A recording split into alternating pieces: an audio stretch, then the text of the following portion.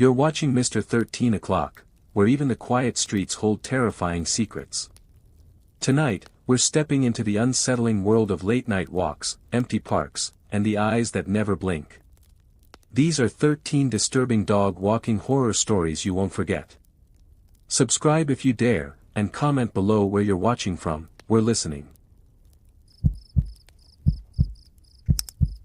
Fog is nature's way of hiding something it doesn't want you to see.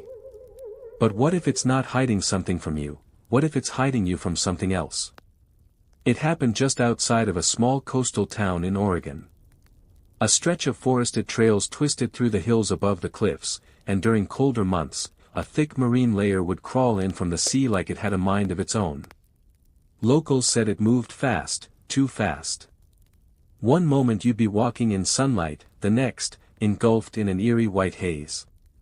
The kind of fog that muffles sound and stretches shadows into shapes that don't make sense.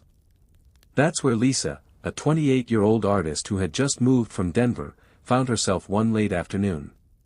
She had picked up a rescue, an old, black lab named Murphy who walked with a limp but had an uncanny sense for people. He didn't bark much, didn't pull, didn't chase squirrels. But what he did do was stop. Dead stop. Sometimes in the middle of a trail, as if listening for something Lisa couldn't hear. On this particular day, the air was unusually still. No birds, no wind, not even the hum of traffic from the nearby highway.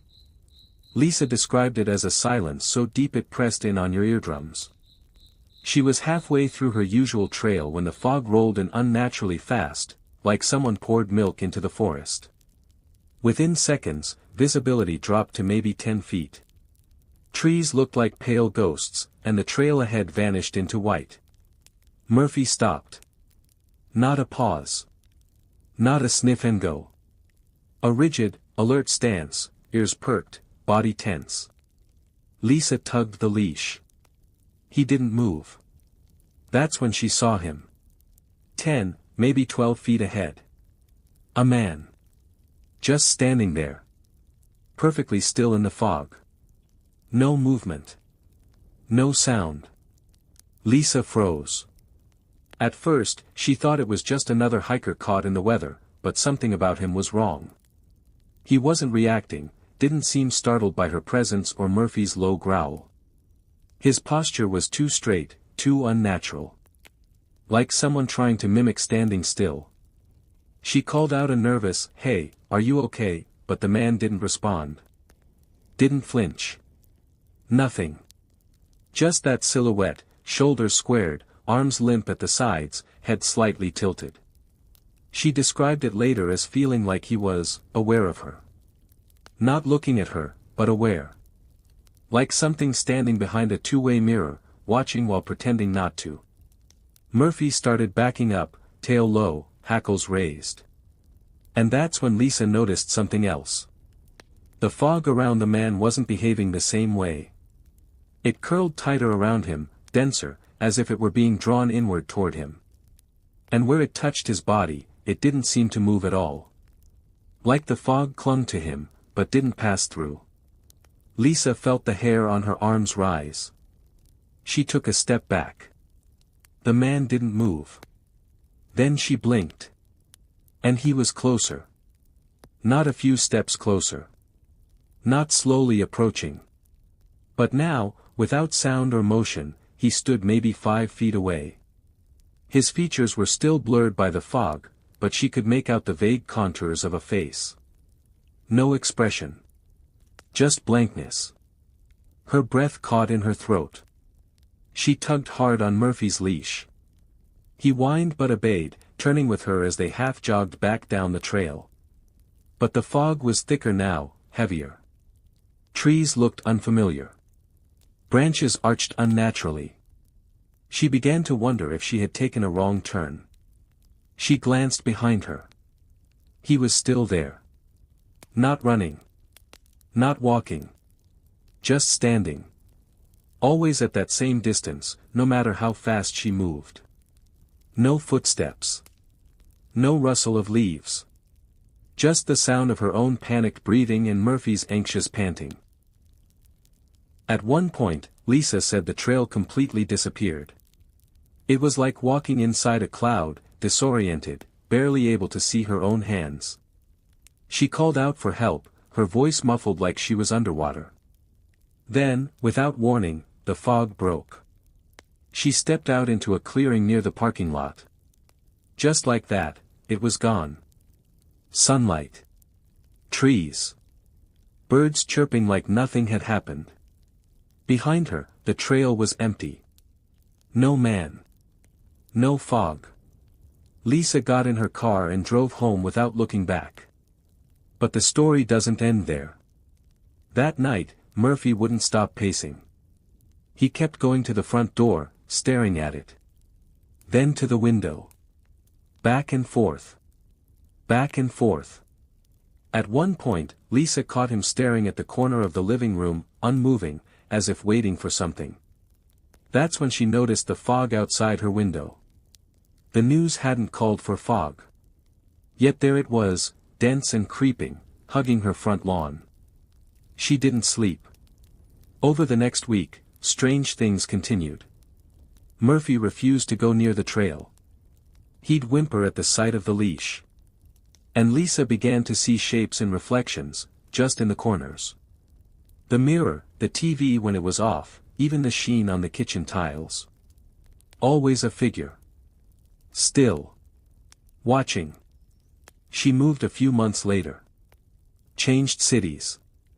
But in her own words, it wasn't the fog that followed me. It was the feeling that something was still watching from inside it. Here's the thing, there are dozens of reports just like this from hikers and dog walkers near coastal forests and foggy towns. Accounts of silent figures that only appear when visibility drops. Entities that don't walk, but simply appear closer when you blink or turn away. Psychologists refer to this as fog-induced pareidolia, where your brain tries to make sense of vague shapes in low visibility conditions. But what if pareidolia is just our mind's defense, its way of rationalizing the moment it sees something it wasn't meant to? And dogs, well, they say dogs see things we don't. Hear frequencies we'll never register. React to things that aren't there. Or maybe they are, and we've just trained ourselves not to see them. Think about it. What if the fog doesn't just hide things? What if it's the doorway through which they watch? And what if you were never supposed to notice them noticing you? Lisa only saw him once. But sometimes, seeing something once is enough to change what you notice forever. Because after that moment, silence feels different. Fog feels heavier. And the feeling of being watched? It never quite goes away. When your dog suddenly freezes and stares into nothing, they might not be seeing nothing at all. I used to brush that off, just instincts, I thought. Until the night something followed us, silently, without footsteps, and without shape. It happened on one of those dead quiet autumn nights. The kind where the wind doesn't even rustle the trees and the air feels heavy, like the earth itself is holding its breath. I just moved into a small mountain town, old, forested, surrounded by fog-covered trails. My German shepherd, Ludo, had been restless since the move. Constant pacing, low growls toward corners of the room. I assumed it was the change of environment. But dogs notice things we don't. It started simply enough, a late-night walk to calm him down. The trail behind my new place led into the woods, looping back toward the old ranger station, abandoned since the 80s. Everyone in town knew it, and most avoided it. Locals joked it was haunted, but the kind of haunted that made even jokes feel too close to the truth. Still, it was a public trail, and I had a flashlight, a 90-pound dog, and the comfort of denial. For the first half-mile, nothing felt off. The air was cold, crisp. The crunch of my boots and Ludo's padded footsteps were the only sounds. But then the woods went unnaturally quiet. No crickets.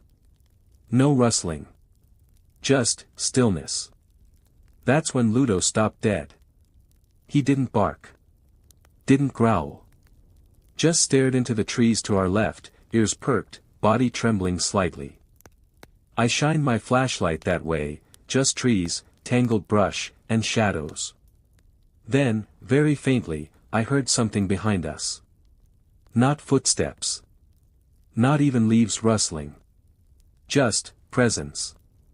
Like someone exhaling in the back of your mind. I spun around, nothing. But the dog didn't move. And when I tugged the leash, he resisted, like something deeper than fear had rooted him to the path. Then I noticed it. The trail ahead, where we'd just walked, it looked different. Almost stretched. Like it had shifted. The branches didn't match where they were a minute ago. And the prints, my boot prints and Ludo's paw prints, had vanished. As if we hadn't walked it at all.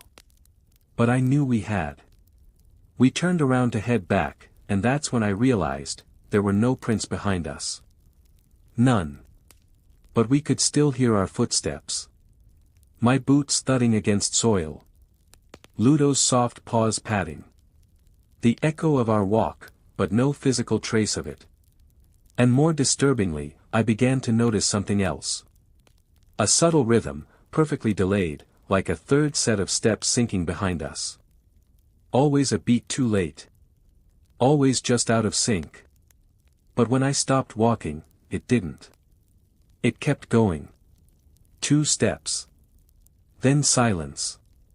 As if something took just 2 more steps than it should have, and then vanished into the silence again. I turned sharply. Flashlight slicing through the dark. Still nothing. I told myself it was paranoia. A trick of the acoustics, maybe. But when I looked down, even in the beam of my flashlight, there were still only the trail's natural leaves and dirt. No footprints. Not mine. Not Ludo's. It was as if we were walking in a place that wasn't part of the world anymore. Ludo began pulling hard toward home, but something in me wanted to understand. I stopped. Just to see if that rhythm would come back. It did. 2 steps. Crunch. Crunch. Then nothing. I turned my light to the trees. I swear to you, something was there. Not visible, exactly, but not gone either. The trees were wrong. The spaces between them looked too symmetrical. And there, right between 2 trunks, was a space of complete black. Not shadow. Not depth. Just, absence. And from that absence, a shape leaned slightly forward. No face. No limbs. Just the feeling that something had shifted its weight toward me. A subtle, suffocating implication of intent. The way a spider might tilt when it senses movement in the web. Then, silence again. Except this time, the flashlight flickered. Ludo barked, one short, sharp bark that nearly startled me into dropping the light. Then he whimpered and cowered, ears back, tail between legs. That's when I realized, he wasn't barking at it. He was warning me. I yanked the leash and we ran. And even as we sprinted through the winding path, I felt it, something gliding behind us. Not running. Not chasing. Just matching. No footsteps. No breath. No sound. But the sense of presence never dropped. We burst out of the tree line into the backyard of the house. Porch lights on. Safety in sight. But just before I stepped onto the deck, I turned around. Nothing. No figure. No movement. But the woods looked wrong. Like they were watching. Like the trees were just props, like the stage had reset behind me. The next day, I walked the trail in daylight. Bright, sunny, completely normal. Our prints from the night before were nowhere to be found. But about halfway through the trail, I found something else. A collar. Old, cracked, overgrown by moss. The tag was still attached. I wiped it clean. It read, Ludo. Different number. Different address. But the name was the same. And I only adopted my Ludo 2 years ago, from a shelter 2 states away. The workers never had much backstory on him.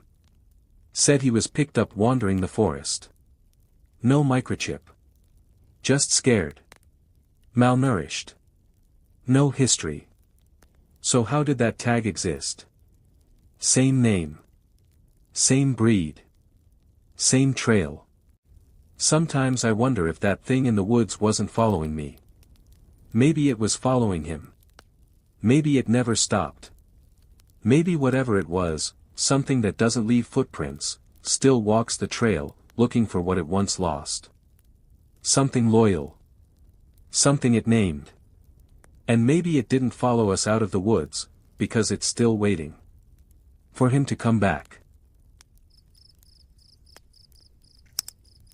Dogs can see things we can't. Spirits. Shadows. Echoes of the dead. But what took my dog wasn't any of those things? What if it was something older, something that waits in silence, and watches? It happened last November, just after the first frost coated the sidewalks. I had just moved to a small town in New England, quaint, quiet, and tucked between 2 dead highways. The kind of place where time forgets to pass, and everyone knows everyone else's business. Except mine. I was new. And I liked it that way. I adopted Baxter, a golden retriever, from a nearby shelter. Gentle, obedient, always wagging his tail even when nothing was happening. He liked his evening walks. Same path every night, down the wooded lane behind my house, past the cemetery, loop back before the sun fully sank. It was a routine that made me feel like life was finally under control. But routines can turn into rituals. And sometimes, rituals open doors. That night, the air felt wrong. Still, but not calm. The woods were quieter than usual, even for early winter. Baxter walked ahead, tail wagging lazily. I remember hearing the crunch of his paws in the leaves, until I didn't. The leash in my hand suddenly went slack. At first, I thought it had slipped. But it hadn't. The collar was still attached. The leash was intact. But Baxter was gone. I froze. There was no yelp. No growl. No sound of scuffling. Just absence. Like he had evaporated into thin air. I called his name. Over and over. Nothing. Not even rustling. The silence grew heavier, like the trees were holding their breath. That's when I noticed something stranger. There were no footprints. His trail in the frost ended mid-stride. I looked around in every direction. There was no sign of disturbance. Just the leash swaying gently in my hand and the icy breath of my own confusion clouding in front of me. I felt something watching me. That unmistakable sensation of eyes where there should be none. Every hair on my arm stood up, and the cold began to bite deeper. But not from temperature, from presence. I heard something shift behind me. Not a sound, exactly. More like a subtle shift in pressure, like the woods had exhaled. I turned, expecting maybe another animal, but I was alone. Or I should have been. That's when I saw it, at the edge of the trees, where the frost ended and damp black leaves began. A figure. Still. Tall. Wrong. It wasn't a person. It wasn't anything I could put a name to. A silhouette darker than the dark. It seemed to lean forward slightly, but never moved its legs. As if it was tethered by nothing and still managed to float closer. Baxter was nowhere near it. But I swear to you, I could hear the jingle of his collar. A faint, metallic ringing. Like it was being shaken gently, somewhere beyond the veil of sight. I wanted to run. But something inside me whispered, if you run, it'll follow. So I did something worse. I stood still. Listening. My breath fogging, the leash limp and heavy in my grip. The figure didn't come any closer. It just watched. Like it was studying how long I could stay still before I shattered. I blinked. It was gone. That night, I didn't sleep. I left the porch light on, just in case. Baxter never came home. I reported him missing. Flyers.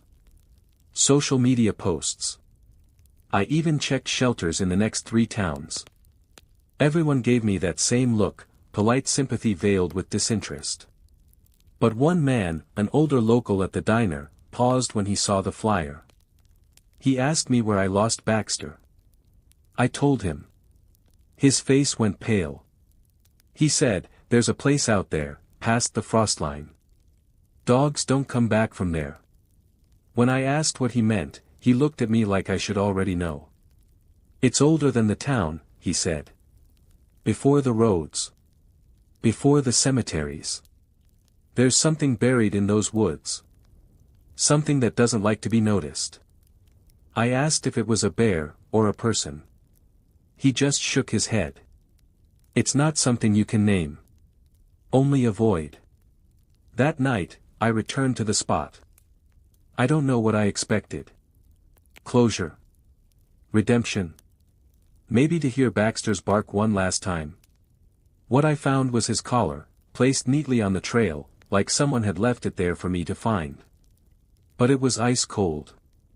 Too cold. As if it had been submerged in something far deeper than snow. There was no blood. No bite marks. Just that metallic jingle again, this time from the woods. Deeper in. A sound so faint I could have convinced myself I imagined it. But I didn't.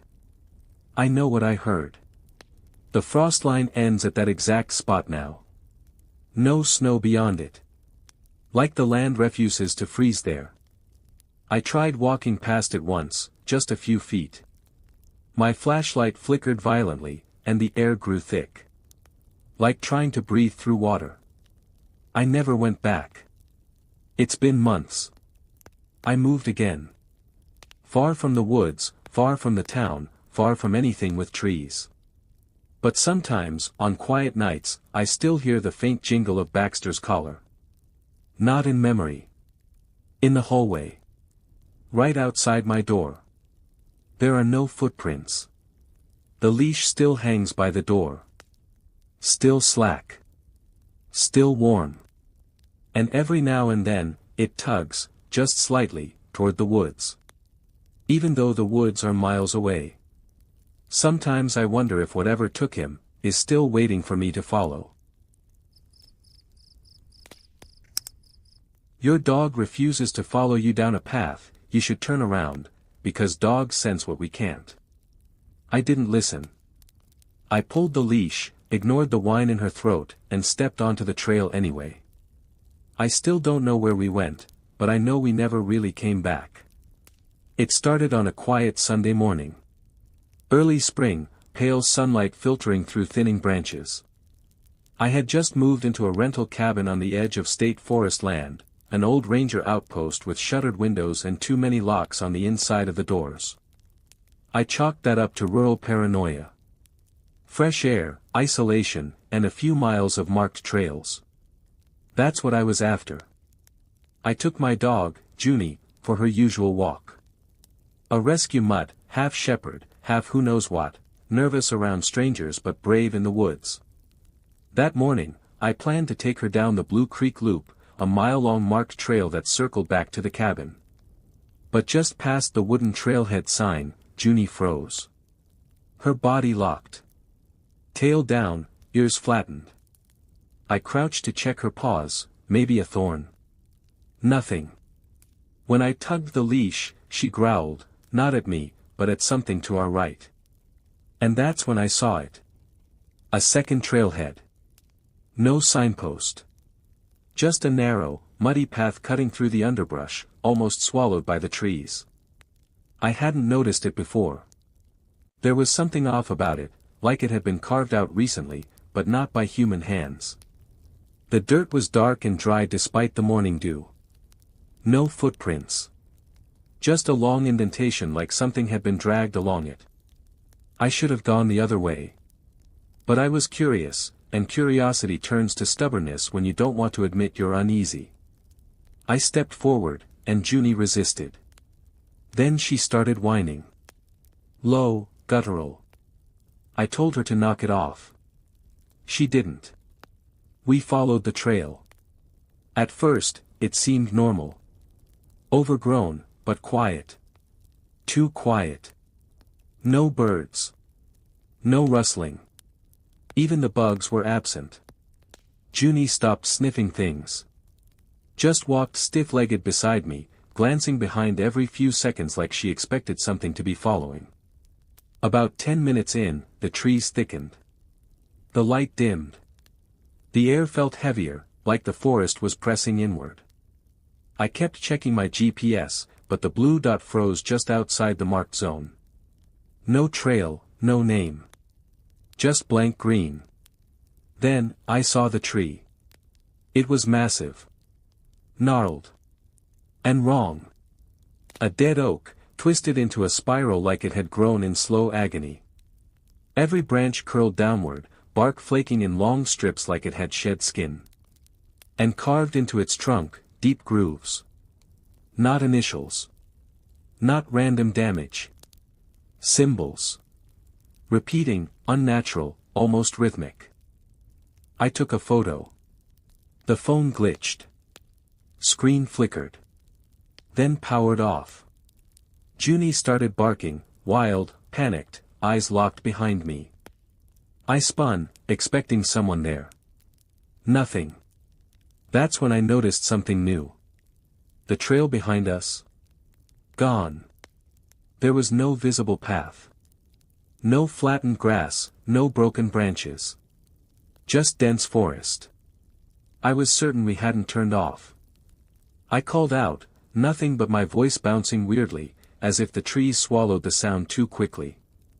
I tried to retrace our steps anyway, but no matter which way I turned, the forest looked the same. That dead oak stood where it had been, now almost, closer. Like it had shifted while I wasn't looking. We walked faster. The trail started to change beneath our feet. The ground grew softer. Mushy. Then wet. Puddles that reflected nothing. Not sky, not trees, just black. Junie began shaking. Then the sounds came. Distant clicking. Not insects, sharper. Almost like something imitating the sound of claws on wood. At one point, I swore I heard whispering. But it wasn't around me, it was inside my left ear only, like someone speaking through cupped hands directly into my brain. It said one word, stay. I started running. Branches clawed at my jacket, and the trail seemed to narrow with every step. I didn't know where I was going. I just knew I needed to get away from that voice. From that oak. From those puddles. That's when I saw light. Not sunlight, artificial. A flickering orange glow through the trees. I crashed through the brush and came out into a clearing. There was a house. Not a cabin. Not a shack. A Victorian house. Deep in the woods. Windows dark, shingles rotten, but a porch lantern flickering. The kind that ran on oil, not wires. It looked preserved. Like someone still lived there. Junie refused to move. Dug in her paws and growled like I'd never seen before. And I heard the clicking again. Louder. Coming from the porch. The lantern swayed. There was something in the shadows behind it. I couldn't see it clearly, just the outline. Too tall. Elongated limbs. It didn't move like a person. It moved like it was mimicking a person. Like it had only seen humans from a distance and was trying to perform the shape. Then it turned its head toward me. I turned and ran without thinking. Branches tore at me, mud sucked at my shoes, and Junie bolted ahead like she'd memorized the way out. We didn't stop until we hit gravel. A dirt service road. My GPS blinked back to life. And just like that, we were on the edge of the marked trail. I looked back. There was no second trailhead. No split path. No dead oak. Just forest. Still and silent. Back at the cabin, I checked my phone. No photo. Just a corrupted file, static and black lines. That night, Junie wouldn't leave my side. She barked at every window, paced the floor, eyes trained on the door like she expected something to knock. I reported it to the local ranger the next morning. He stared at me for a long time before answering. Then he said, "That trail doesn't exist." I told him what I saw, described the tree, the house. He nodded once, slowly, and said, "You're lucky you walked back out." Then he told me a story. Decades ago, a man built a house deep in that forest. Said he wanted to be alone. People in town called him a recluse. Others said he was into darker things. Occult stuff. They found the house one winter, rotting, empty, half swallowed by vines. And the man? Never found. The strange thing was, people who hiked too far off trail sometimes claimed they saw a house. It always looked slightly different. Sometimes there were lights. Sometimes there was music. Sometimes, someone waving. But they all said the same thing, the woods changed around it. Paths looped back. Time slipped. Dogs refused to go near. The ranger looked at Junie. Said, "Smart dog." Then he gave me advice I'll never forget. If the trail's not on the map, it's not meant to be walked. Dogs can sense death before it arrives. But what if it isn't coming, what if it never left? It started with a new neighborhood and an old dog. Samson was 11, a shepherd lab mix with cloudy eyes but a sharp nose. He'd been with me since college, and the only constant in a life full of moving boxes and temporary leases. When I bought my first house, quiet, old, at the edge of a small town, he was the first to step paw across the threshold. The backyard bordered a field. Not the kind that stretched for miles, just a tight clearing of wildflowers and crooked trees, like nature had forgotten to finish the job.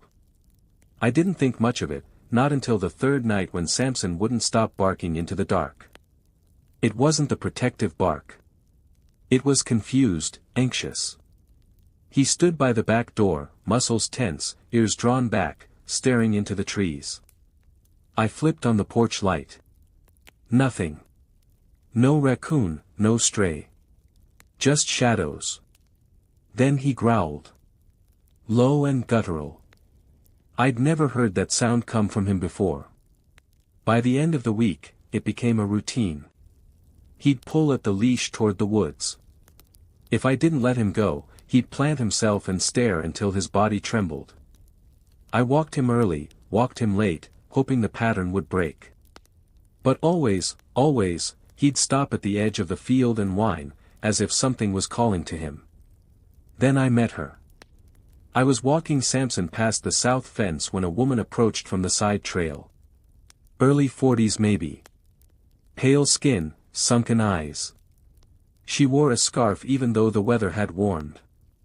Her voice was soft, but it carried. "Your dog's been barking at my grave," she said. I laughed, nervously. I thought maybe she meant it metaphorically, an old expression, or some poetic weirdness I didn't get. But she didn't smile. "It's all right," she added. "He's not the first." She walked past me before I could respond, disappearing into the trees. I didn't sleep well that night.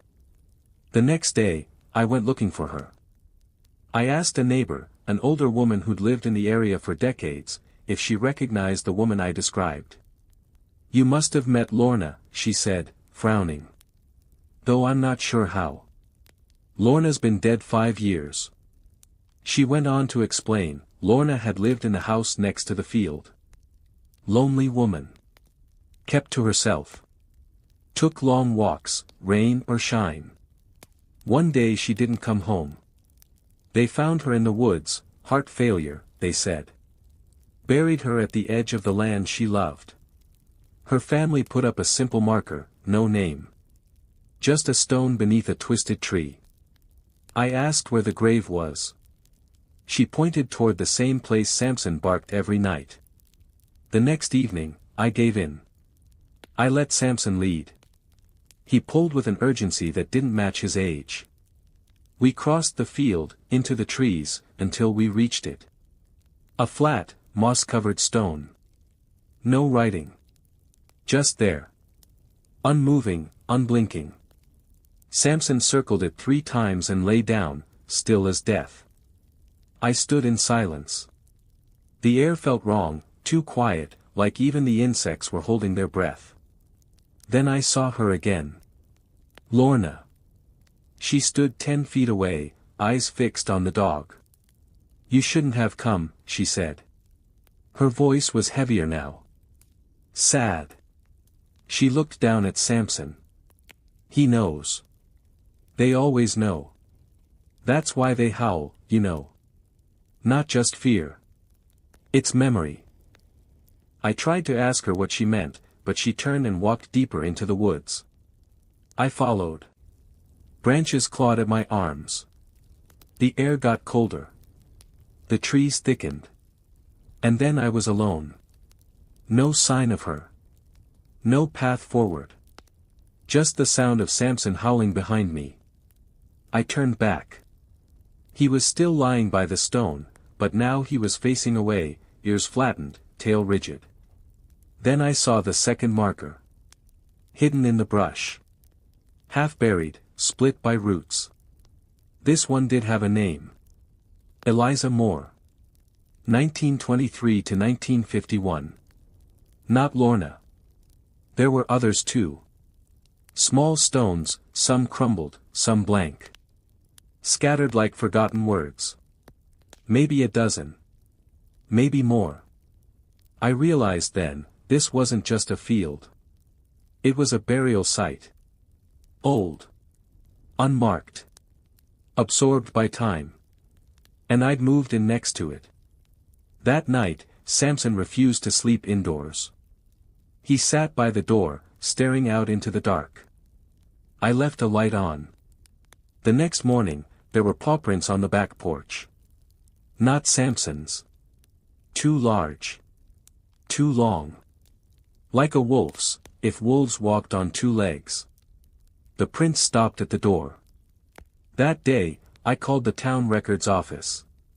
"The land behind my house," I asked, "what was it before?" The woman on the phone hesitated. Then told me it had once belonged to an old church. Burned down decades ago. They never found the cause. But the graveyard remained, mostly forgotten, and over time, developers built around it. Most of the graves were moved, she said. Most? Some couldn't be identified. A few plots were left behind. The records are unclear. That night, I had the dream. Lorna, standing at the foot of my bed. Her eyes milky white, her scarf gone.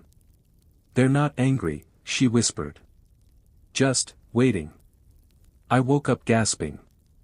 Samson wasn't in the house.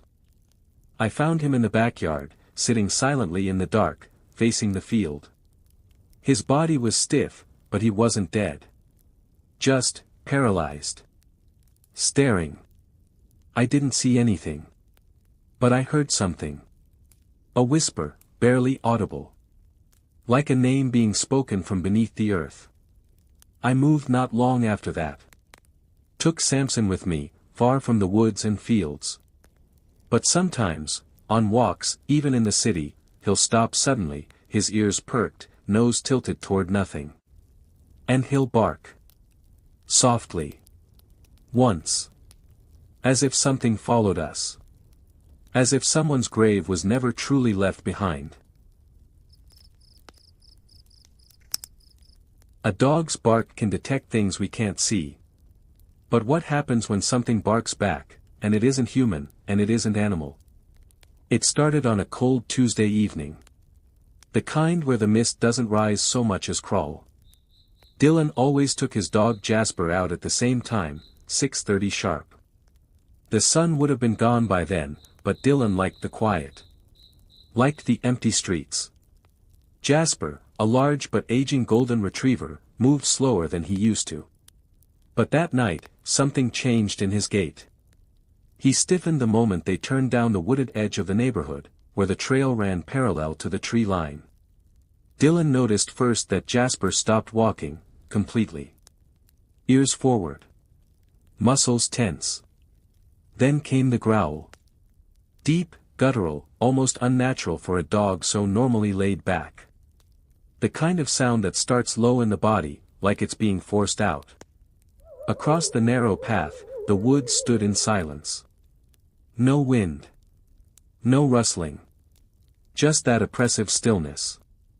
Dylan scanned the trees, but the deeper they went, the harder it was to see where bark ended and shadow began. Then Jasper barked.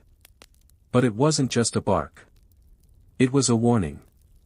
A "stay away" kind of bark, one Dylan had only heard once, when they'd nearly been cornered by a coyote years ago. And then, something barked back. It wasn't quite a dog's bark. It was too clipped. Too dry. Hollow. Like someone trying to imitate a bark without fully knowing what one sounds like. Dylan froze. He looked down at Jasper, whose body was shaking but whose feet wouldn't move. The bark came again. Closer. Dylan tried to rationalize it. Maybe someone else's dog was loose in the woods. Maybe it echoed weird. But something didn't sit right. The responding bark didn't come from ground level. It came from higher. Like it was perched, in the trees. He tugged Jasper's leash, but the dog wouldn't budge. Instead, Jasper began backing away slowly, never turning his back to the tree line. His eyes stayed locked on a single dark patch just beyond the reach of the lamplight. Dylan squinted, trying to see what Jasper saw. And that's when he noticed the eyes. Not glowing. Not dramatic. Just, reflecting. Like two dull marbles catching the dim light at the wrong angle. Too far apart for a dog. Too high up. And then they blinked. Dylan didn't wait. He scooped Jasper's leash, turned, and started power walking toward the house, trying not to break into a run. Every instinct screamed to run, but something told him not to make noise. Not to provoke it. Whatever it was. They made it to the street, then to the driveway. Dylan didn't look back until the front door was shut and locked. He pressed his face to the window. Nothing. No eyes. No shape. Just trees. But Jasper refused to eat that night. He didn't sleep. He paced. He whined. And at 2:14 a.m., he started barking at the back door. That same bark. The warning one. Dylan sat up in bed, heart pounding. He went downstairs, flicked on the porch light, and stepped outside. Nothing. Just grass, fences, and silence. But Jasper wouldn't stop. And then, again, that sound. A bark from the tree line behind the backyard. A mimic. Sharper now. Closer. Almost taunting. And this time, it ended in a strange cough. Like something trying to clear a throat it didn't have. Over the next 3 nights, it kept happening. Different hours. Same pattern. Jasper would growl, then bark. And the thing in the woods would reply. It never got closer. Never tried to break in. Just, waited. Like it was learning. Then came the footprints. Dylan found them by the back fence. Clawed, but not quite canine. Too long in the toe, like a stretched handprint with pointed nails. But only 2. Just standing there. Like it dropped down from above and then vanished again.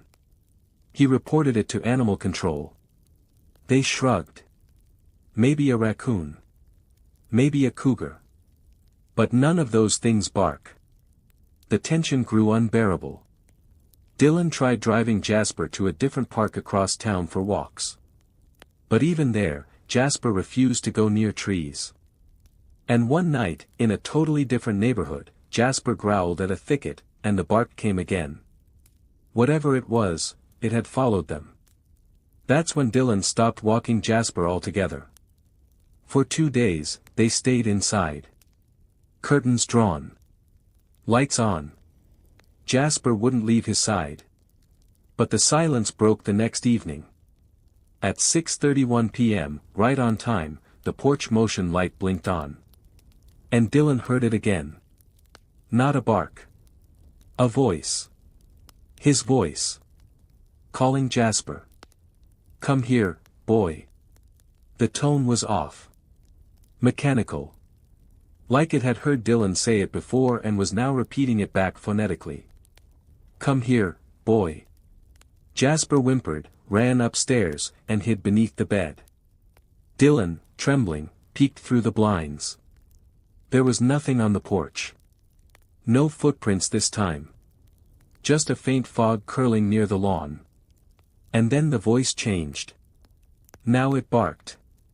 Louder. Angrier. Like it didn't like being ignored. The next night, the sound came from the roof. The scraping. The patting of something with claws, but only 2 limbs. Dylan didn't sleep. Every creak was a threat. Every shadow a shape. He called wildlife services again. Nothing. But the real horror came that weekend. A neighbor's dog, Milo, went missing. Just gone from their fenced yard. No signs of a break-in. No blood. No fur. That night, Jasper began howling, low and sorrowful. And outside, the bark returned. Only this time, it wasn't alone. 2 more voices joined in. One too high. One too deep. All wrong. All mimics. Like something trying to harmonize in a language it didn't quite understand. Dylan recorded it. He played it back the next day. But on the recording, there was only Jasper. No other sounds. No other barks. Just silence in the gaps. Jasper began losing weight. He wouldn't eat unless Dylan hand-fed him. Wouldn't sleep unless the closet light was on. Dylan, now worn down by paranoia and sleep deprivation, started hearing things in the walls. Scratching. Breathing. Barking. Always just past the edge of understanding. Like it was there to be heard, but not caught. Then came the final night. Jasper was missing from the living room. Dylan found the front door unlocked. The leash, gone. Panicked, he ran outside barefoot, calling into the night. From the tree line. Jasper's bark. But when Dylan called again, something else replied. And it was his own voice that barked back. There's a known phenomenon in animal behavior studies. Dogs will often notice things before we do, not because their senses are sharper, but because they don't second-guess what they see. It was a cold, overcast afternoon when Mia brought her dog Kilo to the park near Grayson Hollow. The dog park had once been a popular spot, fenced in with old black iron that had long since rusted at the hinges. The wooden bench near the gate was split in the middle, and someone had carved the words, "Don't stay after dusk," into the wood. Most thought it was just teen vandalism. Kilo, a border collie mix, was usually calm on their walks. But that day, he froze just after they entered the park. His ears pricked, tail low, and his gaze, fixed on something beyond the north side of the fence. There was nothing there. Just a thicket of brush and one of those twisted old oak trees that never seem to lose their leaves, even in winter. Mia laughed it off, tossed a tennis ball. Kilo didn't move. His whole body remained rigid, tense, as if bracing for something to come through the chain link. She followed his line of sight. Still nothing. Until the wind shifted. And then she saw it. 2 eyes, just barely visible, behind the fence. Too high to belong to any animal. Too motionless to belong to any human. No face. No silhouette. Just the eyes. Watching. They didn't blink. She turned quickly to see if anyone else had come into the park. But it was empty. The other side of the fence had no visible entrance, and the brush beyond it was too thick for someone to walk through easily. Kilo finally barked, a low, guttural warning bark, the kind he only used when strangers got too close to the house. Mia called him back. He wouldn't budge. That night, Mia couldn't sleep. Her dreams repeated the image of the unmoving eyes behind the fence. She even began to doubt whether she'd seen anything at all. It could have been a reflection. An animal. Her own anxiety projected into the fog. But the next evening, against her better judgment, she returned. Curiosity is dangerous like that, it wears the mask of reason when it's really just a quiet madness. She kept Kilo on a short leash this time. As they approached the north side of the fence again, she scanned the woods. No eyes. Just the whisper of wind through leaves that shouldn't have been there in winter. But Kilo stopped again. Same spot. Same stare. And then, just for a moment, in the blink of an eye, those same eyes appeared. This time, closer to the ground. As if whatever it was, had crouched. She tried to rationalize.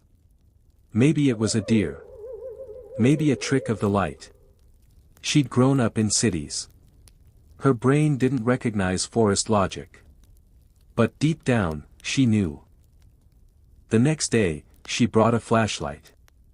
She waited until dusk. That slivered hour when the sky turns navy and shadows become bolder. Kilo stayed close this time, ears twitching constantly. Mia walked the perimeter of the park, reaching the north side with the flashlight in her hand, shaking slightly. She flicked it on. And there they were. The eyes. Again. Not glowing like an animal's, just, watching. Fully black, too wide apart for a human face. Set too high for a person crouching. And this time, something moved behind them. A shimmer in the brush. Like heat rising from asphalt, warping the space around it. But there was no heat. No sound. Then, and this she couldn't explain, the chain-link fence began to vibrate. Softly, at first. Then harder, as if something was pressing against it. Testing it. Kilo growled. Not barked, growled low and long, as if warning Mia, or the thing. Mia turned to run, but froze as she heard the sound of metal creaking. Not the fence. The gate. The park gate was swinging open. Slowly. She hadn't touched it. No one else was there. It had been fully latched. And yet, it opened. The next morning, she told herself she was done. No more dog park. Not that one. Not Grayson Hollow. But Kilo, changed. He began staring at corners of the room. Avoiding mirrors. He wouldn't sleep near windows.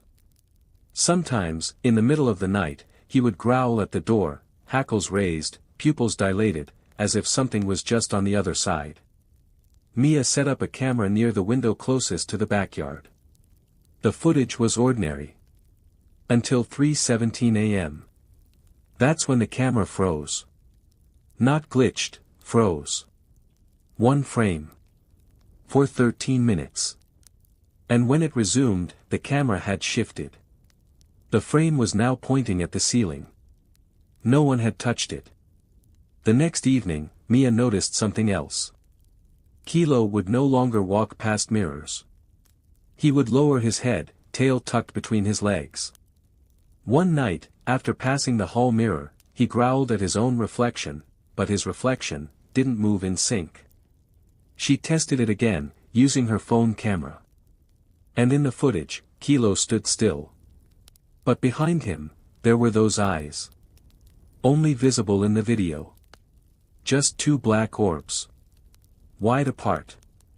Set higher than they should be. Watching from behind the couch. Mia spun around. Nothing. But when she looked back at the phone, the eyes were gone. She tried to convince herself that it was pareidolia, the brain's tendency to find patterns in randomness. But the images stayed with her. The way the fence had vibrated. The unblinking, silent watcher. A week later, she passed by the dog park, just driving. There were city workers putting up a metal panel over the north side of the fence. Curious, she pulled over and asked why. The man looked tired, almost nervous. Said someone had complained that people kept staring through the fence late at night. But when the city checked the brush, there was no trail. No camp. Nothing. Just one thing. They'd found scratch marks on the inside of the fence.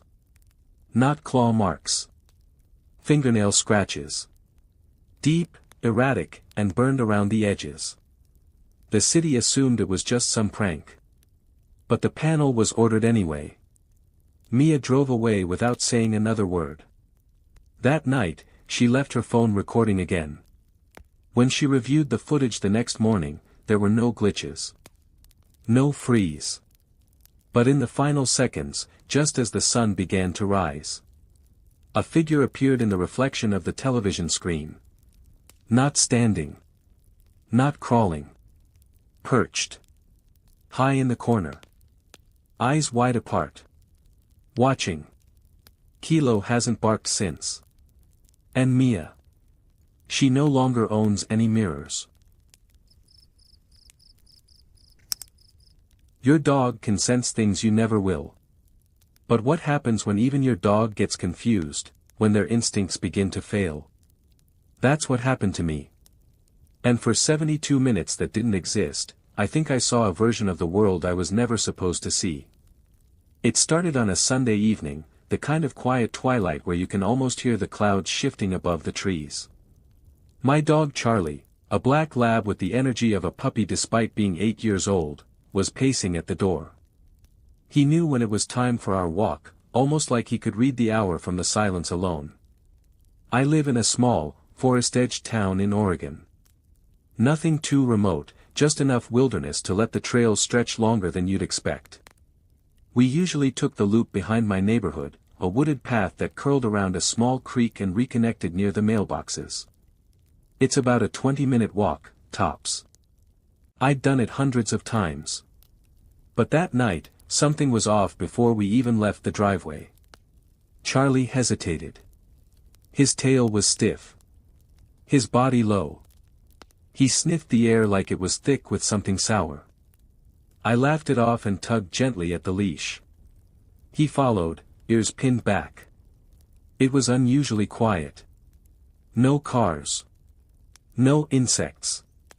Not even birds. Just the sound of our feet, mine crunching softly on gravel, Charlie's claws clicking in rhythm. When we stepped onto the trail, I remember glancing up and noticing the clouds had frozen. Not moving. Not rolling. Just suspended, like a paused frame on a TV. 10 minutes in, Charlie stopped. Not for a squirrel, not for a smell, he just froze. His eyes stared down the path like he saw something I couldn't. I looked too, but the trail ahead was empty. That was when I realized I hadn't passed anyone. No joggers. No other dogs. And that trail was always busy on Sunday evenings. Still, we moved forward. But something strange started to happen. Trees I swear we passed already showed up again. A broken branch with a piece of blue thread, a half-buried soda can, the same mossy stump. I knew the trail well enough to recognize landmarks. We were looping. But that shouldn't be possible unless we turned back. And we hadn't. I checked my phone. No signal. No data. The clock was frozen at 7:41. I thought maybe my phone had glitched, but the screen was responsive. Everything else worked. Just the time, stuck. Charlie began pulling, urgently, toward the left, off the path and into the trees. He whined as he tugged, the leash taut in my hand. I resisted at first, but the tension in his body, the desperation in his eyes, it didn't feel like a dog's whim. It felt like a warning. We moved into the underbrush. The world dimmed, like the sun dipped unnaturally fast. The air grew thicker, warmer, and a low hum began to fill the air. Not mechanical. Not natural. Just, there. Almost like a sound that didn't belong in the human range of hearing, yet there it was, settling in the bones behind my ears. Then, we came across a clearing. Perfectly round. About 20 feet across. Empty except for a tall pole in the center. A rusted metal pole, like something you'd hang a lantern on, but it held nothing. And that's when I noticed, there were no leaves on the ground. Not one. In a forest surrounded by heavy deciduous trees, not a single leaf had fallen here. Charlie was shaking. Not growling, not barking, just trembling. I stepped forward. Just 1 foot into the clearing. And something shifted. The wind stopped mid-blow. The trees stood still. And the hum stopped. Charlie let out the loudest bark I'd ever heard from him, yanking me back so hard I stumbled out of the clearing entirely. As soon as I did, the wind resumed. The trees swayed. The hum returned, just faintly. I was sweating. My hands were shaking. We ran, no direction, just away from that place. I tried to call someone, anyone, but my phone still read 741. Then the screen dimmed, and shut off. Dead. I stopped running only when I recognized something. A familiar tree with initials carved into it, LM plus RC 2019. That tree stood near the trailhead. We made it back. But there was no one around. No parked cars. Not even the usual porch lights from the nearby houses. Everything was still. Unnaturally so. We got home, and I looked at the clock on the stove. 9:53 p.m. We'd left just before 7:30. The trail is 20 minutes long. We were gone for over 2 hours. But the weirdest part? My phone turned back on as soon as I stepped inside. And when it did, it still read 7:41 p.m. Only when I restarted it did it finally correct itself. I couldn't sleep that night. I kept replaying that walk in my mind, trying to map it out. But the path didn't make sense anymore. The landmarks were in the wrong places. I even walked the trail again the next day. There was no clearing. No pole. No round space in the woods. The trail was exactly as I remembered, yet nothing like what I'd lived through. I tried researching time anomalies. Found a few references to something called a liminal field, a supposed space where time doesn't behave the way we expect. Most stories were urban legends.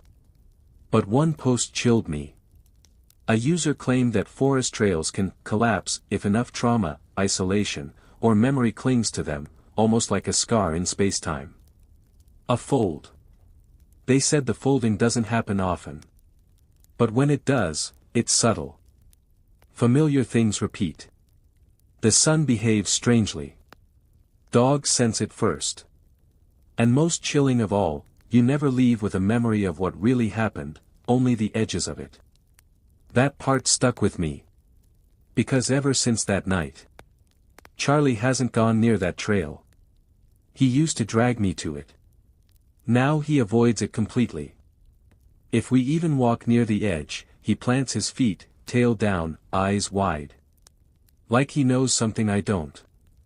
And sometimes, late at night, I'll take out my phone and look at the clock. It always reads the right time. Until it flickers. And for just 1 second.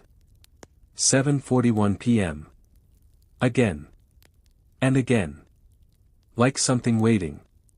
For the moment I go walking again. Dogs can see what we can't. That they sense danger before it arrives. That they recognize evil, long before we're even aware it's watching us. It was a foggy evening in late October. My sister and I were walking our family dog, Juno, through a wooded trail just outside town. The kind of trail that seemed charming during the day but shifted into something entirely different after dusk. The trees there seemed taller somehow, their gnarled branches knitting together like old hands, casting thin, skeletal shadows across the ground. We didn't usually walk Juno that late. But that night, dinner ran late and Juno was restless. She was a black German shepherd, loyal, smart, and oddly protective, even by shepherd standards. That night, she didn't just tug on her leash, she jerked toward the trail, as if something was calling to her from the woods. The first 30 minutes were uneventful. The air was damp, and our footsteps squelched in the wet leaves. There was something calming about the silence of that trail, broken only by the distant hoot of an owl and the rhythmic jingle of Juno's collar. But around the halfway point, where the trail looped near a cluster of old, rotting benches, Juno stopped. Not slowed. Not hesitated. Stopped. Every muscle in her body went taut, ears perked. She growled, a low, primal sound I had never heard from her before. My sister whispered my name like she didn't want to speak too loudly, and I realized she'd noticed it too. The woods had gone silent. No owls. No leaves rustling. Not even the hum of insects. Juno began to back up slowly, her eyes fixed on the path behind us. We turned. At first, we didn't see anything. The path was empty, shrouded in a light fog that seemed to roll in out of nowhere. But then, just before the bend in the trail, something moved. It was low to the ground. The shape was unmistakably human, but crawling. Fast. Not on hands and knees like someone injured. On all fours, elbows and knees tucked in tightly, her body moving with a kind of animalistic fluidity that didn't seem natural. I couldn't see her face, only long black hair draped over her shoulders, dragging across the dirt like she was trying to erase her own trail. She didn't make a sound. I wanted to believe it was a prank. Someone dressed up for Halloween, maybe playing a trick on hikers. But even then, something didn't feel staged. It was too quiet. Too deliberate. We turned and started walking, faster this time. But Juno pulled back, trying to look behind. When I glanced again, the woman was gone. But the dirt was disturbed, like something had slithered across it moments ago. My sister asked if we should run, but something inside me whispered don't. The trail was narrow, surrounded by thick trees and thorny undergrowth. If this woman, or whatever she was, wanted to catch us, sprinting blindly into the woods would only make it easier. Instead, we walked quickly, silently, listening for every twig snap and breath of wind. Then we heard it again. That same scraping sound behind us.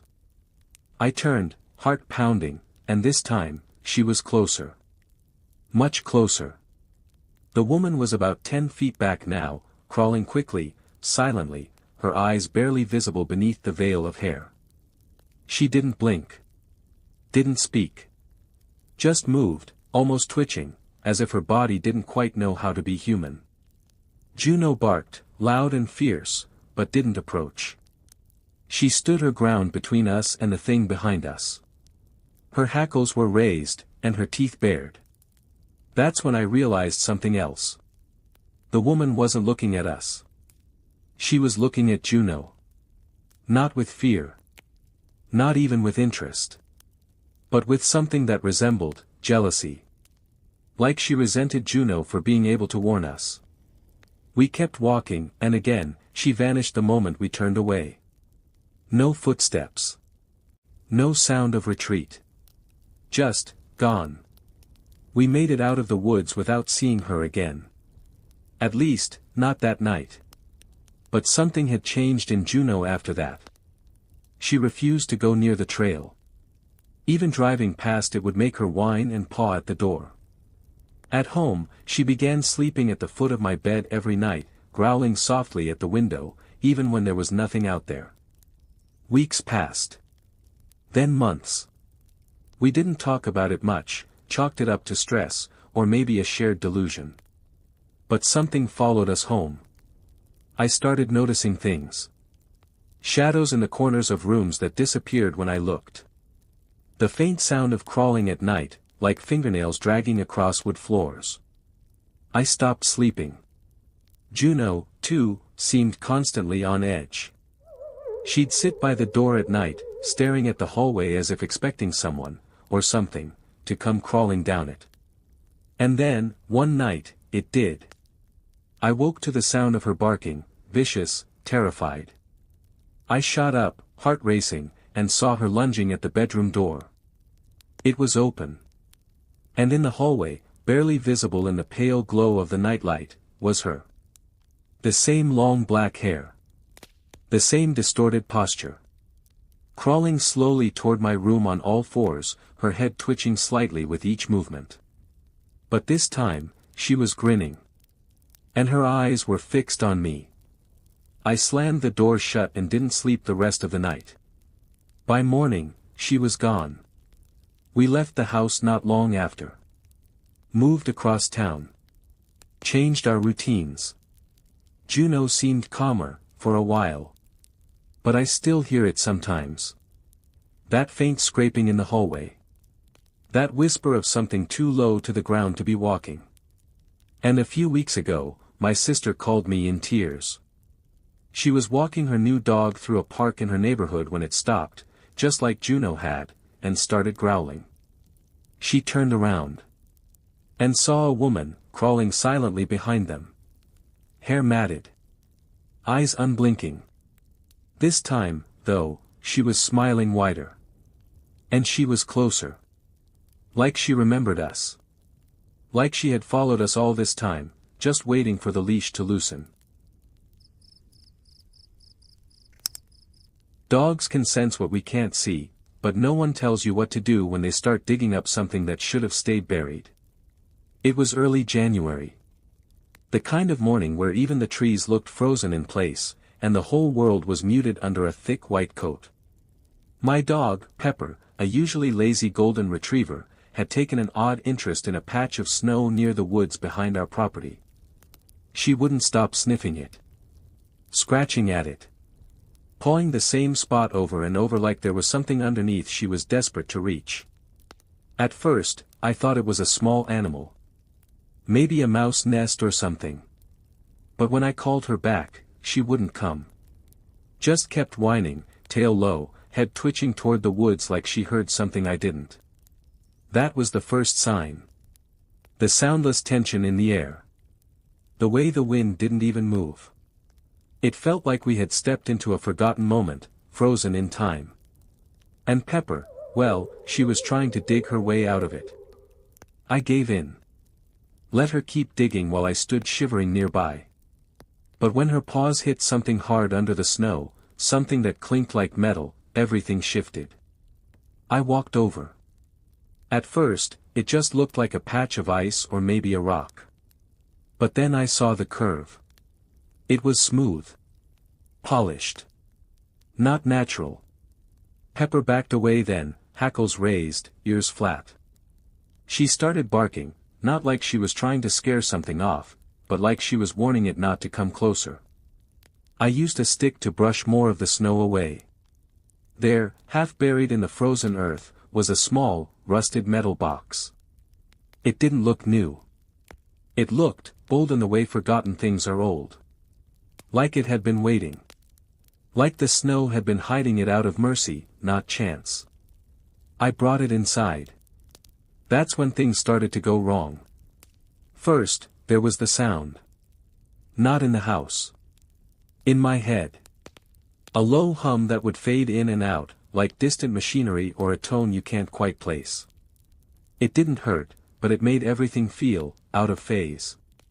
Like I wasn't entirely in sync with the room I was in. The box itself was locked. A tiny padlock, rusted shut. But something about it compelled me to open it. Not curiosity exactly, it was deeper than that. Like the need to finish a sentence you don't remember starting. I pried it open 2 nights later. Inside was a small, tattered doll. No face. Just stitched in excess where the eyes should be. The fabric was faded, soaked through with something that left brown stains along the edges. Not blood. But old. Organic. There was also a folded note. The ink had bled in some spots, but most of it was still legible. Do not dig. Do not call. Do not dream. No signature. Just that. 3 lines. A warning, or maybe a command. Pepper wouldn't go near the box after that. In fact, she wouldn't even stay in the same room with it. She started pacing at night. Whimpering at corners. Barking at windows that showed nothing outside. She began sleeping with her nose buried under her paws like she was trying to block out something that only she could hear. Then came the dreams. I'd be walking with her, same woods, same trail, but there'd be no snow. Just endless dead trees and a sky the color of bone. In the dream, she'd always stop at the same spot and start digging again. But this time, I could hear the soil breathe as she pulled it away. Like whatever was beneath it was alive, and getting closer. When I woke, my sheets would be covered in dirt. Real dirt. The scent of turned earth still lingering in the room. I tried to throw the box away. But every time I did, it found its way back. Once in the garage. Once inside my mailbox. Once under my pillow. And always with more snow on it than there should have been, like it had just been unearthed all over again. I started to notice small changes around the property. Trees that weren't there before. A fence post that looked newer than the rest. A faint trail of paw prints leading into the woods and stopping abruptly, as if something had been walking but then, vanished. The final night, Pepper wouldn't come inside. She stood at the back door, tail between her legs, staring into the forest. Her body stiff, unmoving, even when I called. Then she bolted. No bark. No warning. Just took off into the trees like something had called her by name. I followed her. The woods were wrong. Paths I knew were gone. Everything felt compressed, like the space between the trees had folded in on itself. My flashlight flickered and then died, but the snow glowed faintly, guiding me forward. I found her back at the same spot. The original place she'd dug. She was circling it, whining low and frantic. The box was there again, on top of the snow now, open, lid bent back like someone had pried it with force. And the doll, it was gone. In its place was something I can only describe as an imprint. Not physical. Psychic. A weight in the air. A hole that didn't belong in our world. That's when the snow started to fall, heavy and soundless. Covering everything fast. Smothering it. I grabbed Pepper and ran. The next morning, the woods looked normal again. But the patch where she'd dug was undisturbed. Pristine. Like no one had ever stepped there. I still have the box. I don't know why. Pepper won't go near the woods anymore. She sleeps with her back to the wall, eyes always half open. And sometimes, just sometimes, I hear that same low hum again. When I do, I check the snow. And every time, without fail, I find it disturbed, like something's been digging from underneath. It started the second week after we moved into the neighborhood, Maple Ridge. Suburban, quiet, too quiet. Rows of uniform houses, clipped lawns, and people who waved too often without ever saying much. The kind of place you'd assume was safe. Perfect even. My dog, Salem, didn't think so. He was a rescue, black lab, sharp-eared, always calm. He'd lived through thunder, fireworks, even a bear encounter once during a mountain trip. Nothing rattled him. But every time we neared the dead end on our evening walk, the place where Maple Ridge met the edge of a thin patch of woods, Salem would freeze. Not growl. Not bark. Just stop. Completely rigid. Head cocked slightly like he was listening to something just beyond hearing. Then he'd turn his head toward the trees and stare. Motionless. Not even blinking. Like whatever he heard was, waiting. At first, I dismissed it. Maybe deer, I figured. Maybe someone had a wind chime hidden back there or a security sensor only he could pick up. Dogs notice things. That's all. But then it started following us. Salem wouldn't react near the woods alone. He'd react to nothing. Empty sidewalks. Quiet streets. He'd walk, then suddenly stop and whip his head to the side, staring into space, then continue on like nothing happened. But his body always tensed, ears twitching. Like something was calling to him, only not through sound. Not to me. Just to him. I started documenting it. Every time he froze or twitched, I'd mark the location and time on my phone. The pattern wasn't random. It always happened between 7:42 and 7:57 p.m., and always on the northeast side of the neighborhood, which backed against the woods. A perfect curve, like something was moving along with us. Then the dream started. I never used to dream, not that I remembered. But suddenly, every night, a high-pitched hum I couldn't shut off. Not in my ears. In my bones. I'd see flashes, my street, only, wrong. The shadows stretched too long. Houses shifted, melted. I'd see Salem staring at me in the dream, eyes wide, tail down. And behind him, always something standing at the edge of the street. Not moving. Not coming closer. Just, there. By the end of the second week, Salem wouldn't eat unless I was in the room. Wouldn't drink. Slept at the foot of my bed, staring at the window all night. One night, the sound came through. It was like a whistle, but not one I could hear directly. It was more like pressure. Like the air in the house changed. I stood in the kitchen, and suddenly every glass in the cupboard started vibrating. Salem bolted to the back door, whining low in his throat, tail tucked completely under. I stepped outside. No wind. No crickets. Nothing. But Salem ran to the far corner of the yard and stared into the woods. That same rigid stance. But this time he growled. Low. Constant. Like something was near. That's when I finally saw it. There was something standing in the trees. Not moving. Just tall. Too tall. Blurred like heat on asphalt, except it was night. No color. No detail. Just, presence.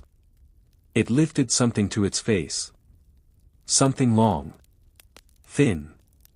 Salem let out a sharp yelp and backed away, scrambling backward across the grass. Then came the sound.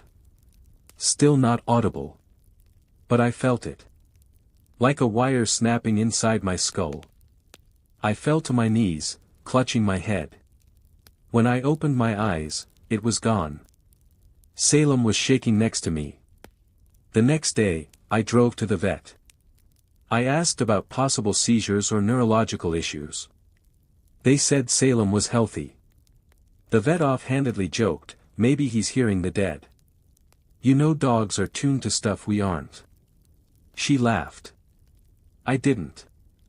I stayed up that night, watching the backyard. 2:17 a.m. Salem sat up in bed and growled. No noise. No light. But I felt that same pressure return. Like the air was humming. There was no one outside. Nothing visible. But the sound was back. Not a sound you hear. A sound you sense. Like your teeth grinding against each other. I checked my ears. No ringing. But Salem was shaking. And then. I heard my dog's name. Clear. Crisp. Salem. But it didn't come from outside. It came from inside. Right behind me. When I turned around, no one was there. I started researching. Frequencies outside human hearing. paranormal frequencies, EMF readings. I even went to local forums, trying to see if anyone else had dogs acting strange. One user messaged me back. Just a single line. If it finds your dog, it'll come for you next. No context. No follow-up. I checked their profile the next day, deleted. I installed cameras. Infrared, motion-triggered. But every time that pressure returned, the footage would cut to static for exactly 13 seconds. Then I made a mistake. I bought a silent dog whistle. Just to test it. I blew it one night during our walk, right near the patch of woods. Salem immediately freaked. Barking, howling, twisting out of his collar and running back toward the house. And that's when the trees started to move. Not the wind. The trees. Like something big was shifting between them. But I couldn't see what. The dark just absorbed it. I got home, locked every door. At 3:13 a.m., every alarm in my house went off at once. Phone, microwave, even the smoke detector. Salem was barking at the door, growling so viciously I barely recognized the sound. Then I heard the whistle again. But this time, it wasn't inside. It was under the floorboards. I haven't walked Salem since. He won't go near the door anyway. He just sits by the window and waits. Every night at 7:47 p.m., he lifts his head. Ears twitching. Breathing shallow. And somewhere in the distance, I swear I can feel it again. Not a sound. Not even a presence. Just pressure. Like a whistle you're not supposed to hear. But your dog always will. It was late September when I moved into the neighborhood, a quiet cul-de-sac on the edge of town, lined with aging trees and houses that all looked copied from the same blueprint. My dog, Milo, is a rescue, half lab, half who knows what, and never afraid of anything. Until we passed that house. It was the third one from the end, number 241. White siding stained gray from time and weather, windows too dark even in the daylight. It always looked off. The mailbox leaned a little too far forward. The hedges were trimmed, but still wild underneath, like they were pretending to be neat. And the porch light flickered, not fast, not erratic, but in a slow, irregular pulse, like a breath. In. Out. Every evening I took Milo on a walk right before sundown. Routine. Normal. But when we first walked past 241, he stopped dead. Ears down. Tail tucked. He let out this low, uneasy growl I'd never heard before, his body stiff as if something invisible blocked his path. I pulled the leash. He wouldn't budge. Not even for a treat. We crossed the street and kept going. The next night, same thing. I started to laugh it off, joking that the place was haunted, that maybe the dog just didn't like the flickering porch light. But Milo's reaction wasn't casual. It wasn't instinctive. It was deliberate. He stared at that house the way a soldier might stare at a minefield. Then, I started to notice things. One evening, I saw someone, or something, standing in the upstairs window. Just a shape. Still. Watching. It vanished when I blinked. I thought maybe it was a shadow, or maybe I was just tired. But Milo saw it too. He whined. Backed up. And when I looked again, the curtain was still gently swaying, as if someone had just stepped away. A few days later, I decided to walk by during daylight. Just to see if it looked different. More normal. Without Milo. But even in the sun, the house looked wrong. I noticed the grass in the yard was trimmed, but there were no tire tracks on the driveway. No mail in the box. No trash bins on the curb. No signs of life. Except, a dull thumping sound from inside. Faint. Like someone slowly knocking, not on the door, but from within the walls. That night, Milo refused to leave the porch when I picked up his leash. I didn't sleep well. I kept dreaming about the house. Standing there in the middle of the cul-de-sac like a rotten tooth in a row of smiles. I dreamed of Milo barking in an empty room. Of scratching beneath the floorboards. Of eyes watching from keyholes. I told myself it was just my imagination. Just leftover childhood fear.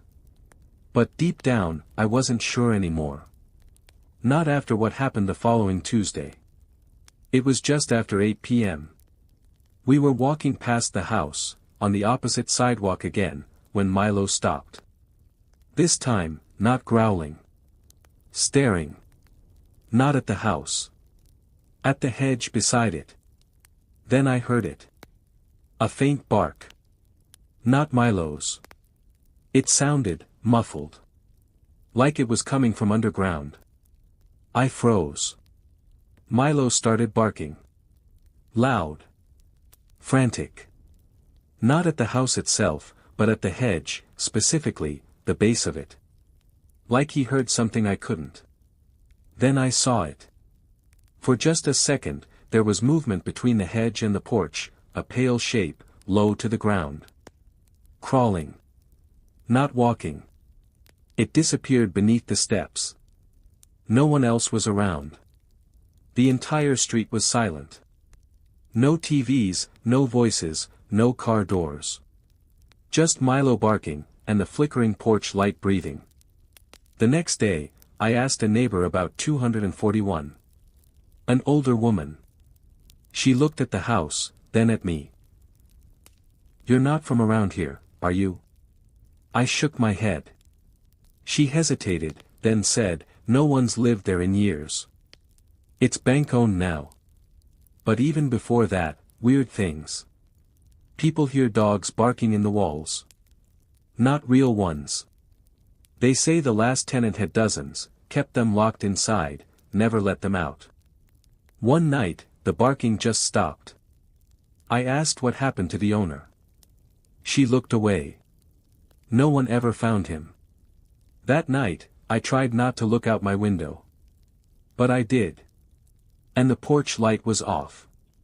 Yet something was still visible, faint shapes pacing behind the curtains. As if dogs were still inside. Trapped. Restless. I stopped walking past the house altogether. Took a new route with Milo. For a few weeks, everything felt normal again. Until last Sunday. Milo was acting strange all day. Pacing, ears alert, staring at the front door. Around 10 p.m., he sat by the window, whining softly.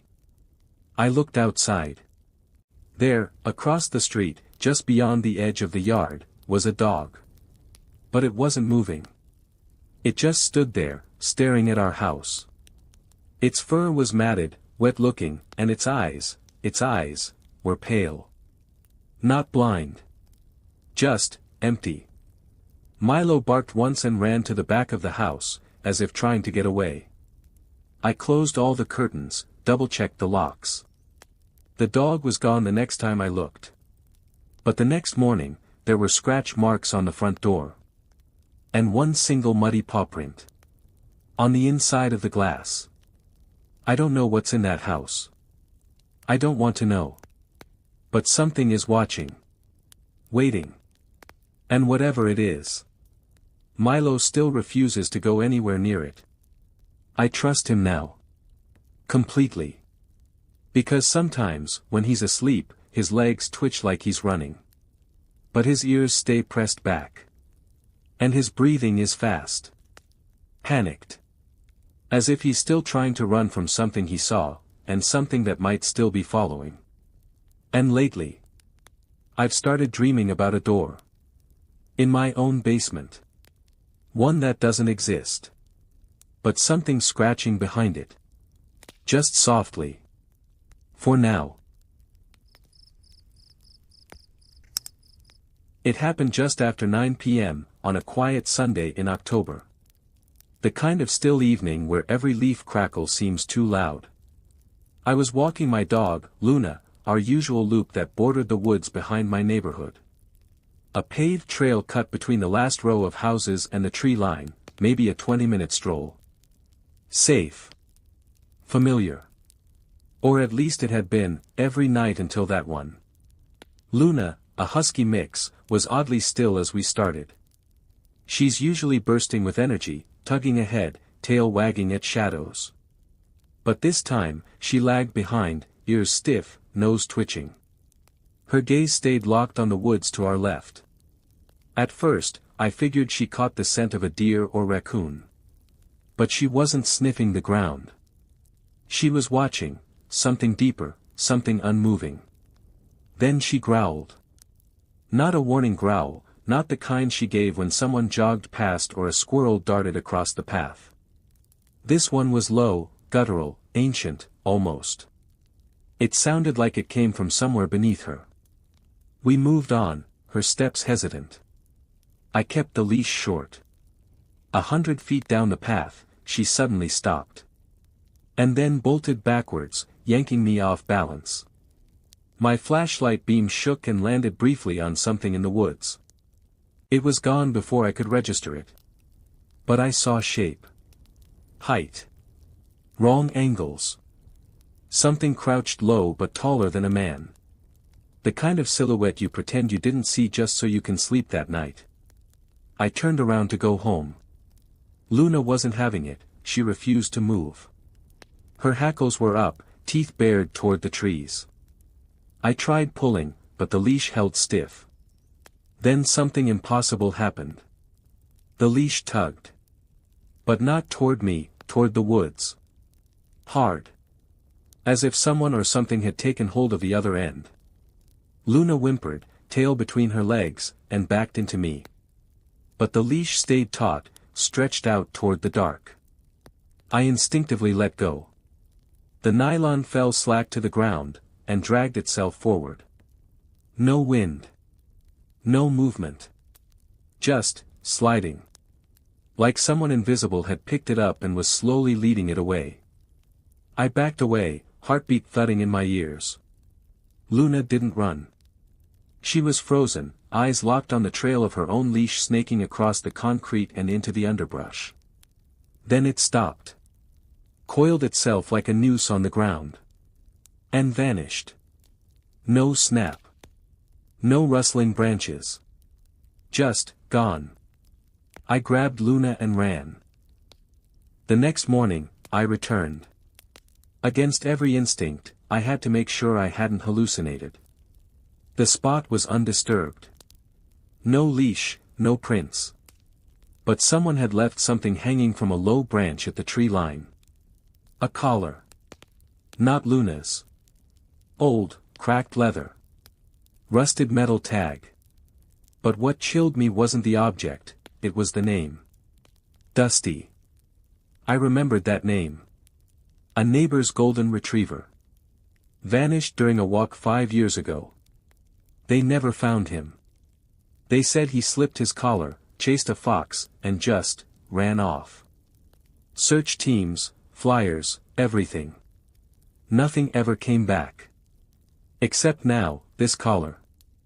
I never told anyone. How do you say, my dog's leash was pulled by something you can't see? How do you explain that a leash, an object meant to control, was being controlled? I stopped walking Luna on that path. But something was off with her after that. She'd stand by the back door at dusk, staring out at the woods. Not barking. Not wagging. Just waiting. As if she expected someone, or something, to return what it had taken. Sometimes, late at night, I'd wake up to hear the faint clink of metal against tile downstairs. I'd rush down, only to find Luna sitting perfectly still, leash coiled beside her, as if it had been placed there. And one night, it was missing entirely. I searched the house, top to bottom. Nothing. I found it the next morning. Loop hanging from the fence post in the backyard. Dangling. Still swaying like it had just been hung. That was when I realized, the leash wasn't just an object anymore. It had become a tether. A connection to something else. Something that learned how to call through familiarity. How to mimic movement. How to lead. There's a reason they say dogs bark at things we can't see. But they also say a leash is meant to bring something home. What if what came back wasn't your dog? I started checking old reports. Other missing pets.